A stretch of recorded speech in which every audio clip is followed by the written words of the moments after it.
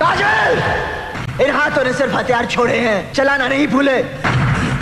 अगर इस चौखट पर बारात आई तो डोली की जगह उनकी अर्थियां उठेगी, और सबसे पहले अर्थी उसकी उठेगी जिसके सर पर सहरा होगा। लाशें बिछा दूंगा, लाशें। एक कागज पर मोहर नहीं लगेगी तो क्या तारा पाकिस्तान नहीं जाएगा? मुझे मेरे बच्चे को उसकी मां से मिलाने से कोई ताकत, कोई सरहद नहीं रोक सकती। मैं जाऊंगा, जरूर जाऊंगा।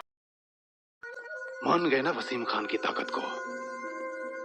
गौर से सुनो, वो दिन बहुत जल्द आने वाला है जब ना ये मुल्क आजाद रहेगा और ना ये आजाद।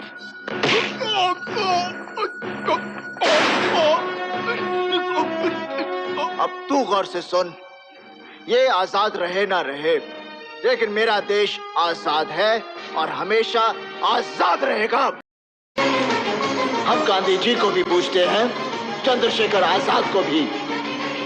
मैं भी पहले प्यार से समझाता हूं, फिर हथियार से।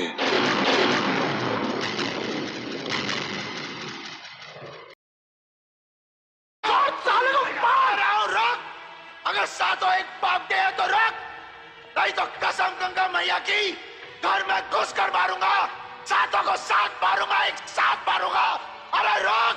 तेरे बाप को कुत्ता बनाया था मैंने, तुझे भी नहीं।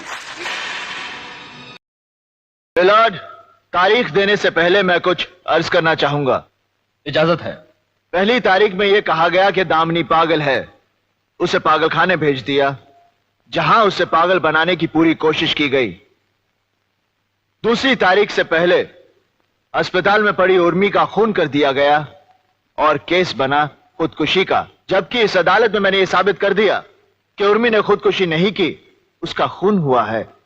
और शेखर भी उस दिन सारे सच कहने ही वाला था कि चड्ढा साहब ने फिर से अपनी चाल चल दी, बीमारी का नाटक करके तारीख ले ली। नहीं तो उसी दिन मिलॉर्ड इस केस का फैसला हो जाता। और आज आप फिर से तारीख दे रहे हैं। उस तारीख से पहले सड़क पर कोई ट्रक मुझे मारकर चला जाएगा और केस बनेगा रोड एक्सीडेंट का। आप फिर से तारीख दे देंगे और उस तारीख से पहले दामनी को पागल बनाकर पागलखाने में फेंक दिया जाएगा। और इस तरह ना तो कोई सच्चाई के लिए लड़ने वाला रहेगा, ना ही इंसाफ मांगने वाला। रह जाएगी तो सिर्फ तारीख। और यही होता रहा है मिलॉर्ड, तारीख पर तारीख, तारीख पर तारीख, तारीख पर तारीख, तारीख पर तारीख मिलती रही है, लेकिन इंसाफ नहीं मिला मिलॉर्ड, इंसाफ नहीं मिला। मिली है तो सिर्फ ये तारीख। कानून के दलालों ने तारीख को इंसाफ के खिलाफ एक हथियार की तरह इस्तेमाल किया है मिलॉर्ड। 2 तारीखों के बीच अदालत के बाहर ये कानून का धंधा करते हैं, धंधा, जहां गवाह तोड़े जाते हैं, खरीदे जाते हैं, मारे जाते हैं, और रह जाती है सिर्फ तारीख। लोग इंसाफ के लिए अपनी जमीन जायदाद बेचकर केस लड़ते हैं और ले जाते हैं तो सिर्फ तारीख।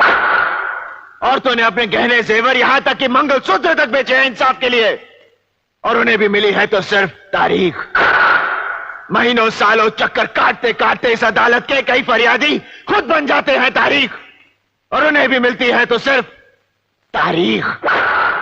यह केस पूरे हिंदुस्तान के कमजोर और सताए हुए लोगों का है। आज उन सब की नजरें आप पर गड़ी हैं, आप पर, कि आप उन्हें क्या देते हैं, इंसाफ या तारीख।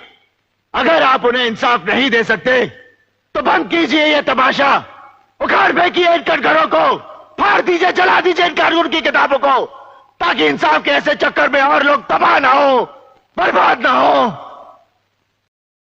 उतार कर फेंक दो ये वर्दी और पहन लो बलवंत राय का पट्टा अपने गले में। You bastards! फट! अंधेर नगरी है ये। बस ऐसे गरीब कमजोर लोगों पर दिखा अपनी मर्दानगी, वर्दी का रोब, इन्हीं के हाथों को बांध सकती है तुम्हारी हथकड़ियां, बलवंत राय के नहीं। जाकर तुम हिलाना उनके सामने, अलवे चाटना, पोटियां फेंकेंगे, पोटियां। गुप्ता 4 लाख देने को तैयार है एक छोकरी की इज्जत के लिए। ये रकम बहुत है। बहुत तरक्की कर ली चड्डा, कानून की दलाली से इज्जत की नीलामी तक आ गए। इस पेशे को भड़वागिरी कहते हैं। गोविंद, चिल्ला मत, नहीं तो ये केस यही रफा दफा कर दूंगा। ना तारीख ना सुनवाई, सीधा इंसाफ, वो भी ताबड़तोड़। चड्ढा समझाओ इसे, समझाओ। ऐसे खिलौने बाजार में बहुत बिकते हैं, मगर इसे खेलने के लिए जो जिगर चाहिए ना, वो दुनिया के किसी बाजार में नहीं बिकता।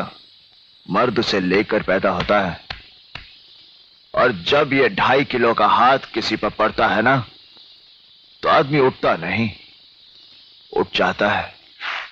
इस सब का जवाब कल अदालत में दूंगा। और हां, अगर अदालत में तूने कोई बदतमीजी की तो वही मारूंगा।